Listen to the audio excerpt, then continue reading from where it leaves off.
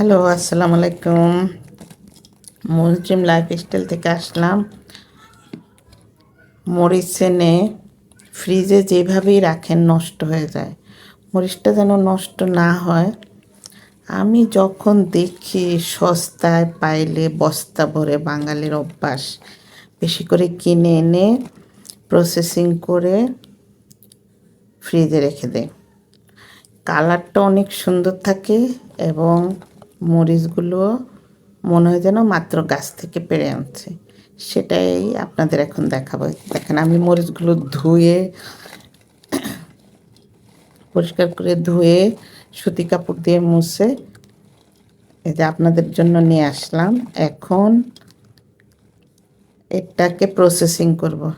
আমার দাদু খালি বলে, ভাই তোমার মাথায় কই থেকে আসে এত বুদ্ধি। আমি যখন কোর্স করি দেশ এবং বিদেশে, খুব ভালো ভালো কয়েকজন স্যার পেয়েছি। স্যাররা আমাকে গোপন গোপন রান্নার অনেক কিছু শিখিয়েছে। ছোটোবেলায় শুধু বলতাম আমার মাকে, দাদিকে, নানুকে যে গরু মাংস এত মজা হয় কিভাবে, পোলাও এত ঝরঝরা হয় কিভাবে। এখন আমি কত পদের পোলাও রান্না করতে পারি। কিন্তু সমস্যা হলো, কাটাপ্পার জন্য রান্না করে খায়, সবাই খায়, তা আমি খেতে পারি না। কারণ কঠিন ডায়েটে আছে।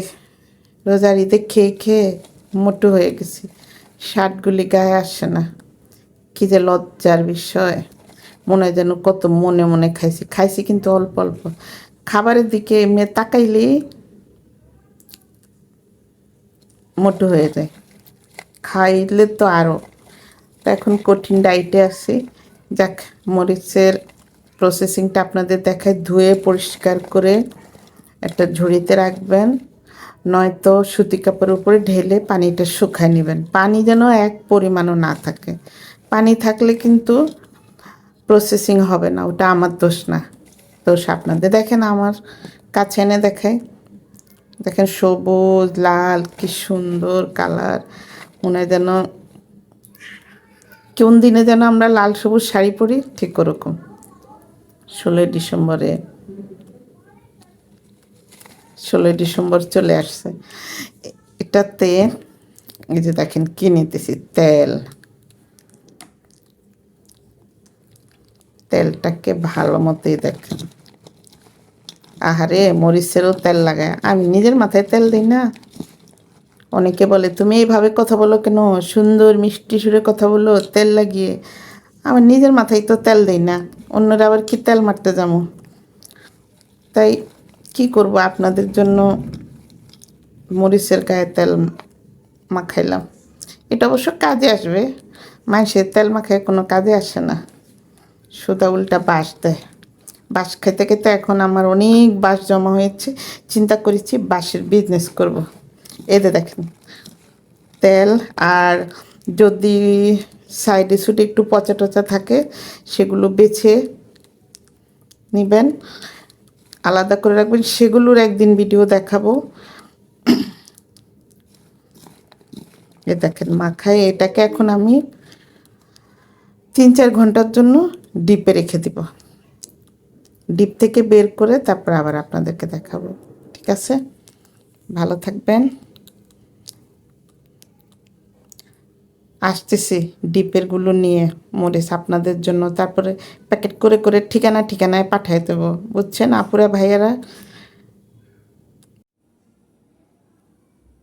এই যে দেখুন মরিচগুলো কি সুন্দর। এই 5-6 ঘন্টা পরে আমি একটু বের করতে দেরি করে ফেলেছি। দেখেন, সে আগের মতোই কালারটা। আমি এখন একটা কৌটোতে ভরে, ওই যে দইয়ের কোটাগুলো আছে আড়ঙ্গের, ওগুলিতে ভরে রেখে দিব। এভাবে সারা বছর রেখে আপনারা খেতে পারবেন। দেখেন কালারগুলো সে আগের মতোই, নর্মাল থাকা অবস্থায় যেরকম ছিল কালার, 16ই ডিসেম্বরের শাড়ির মতো লাল সবুজ ওরকমই আছে। অনেকে বলতে পারেন যে অল্প কয়টা মরিচ ফ্রিজার করে কী, আমি অল্প কয়টা করে নিই, জাস্ট আমি আপনাদের দেখানোর জন্য এই কয়টা কিনে এনে ভিডিওটা করলাম। আমার অনেকগুলো রাখা আছে। আমি যখন পায় 1 কেজি করে কিনে এনে আরেকটা সিস্টেম দেখায় দিব, সেটা পরের ভিডিওতে। মরিচ কয়েক রকমে রাখা যায় যখন কম দাম থাকে, ওই যে সস্তায় পেলে বস্তায় ভরে বলে না বাঙালি, সেই সস্তায়টা কিনে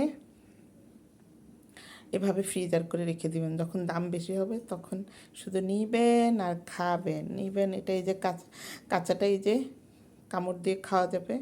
বোম্বা মরিচও এভাবেই করে রাখবেন, দেখায় দেবো ভিডিওতে। ভালো থাকবেন।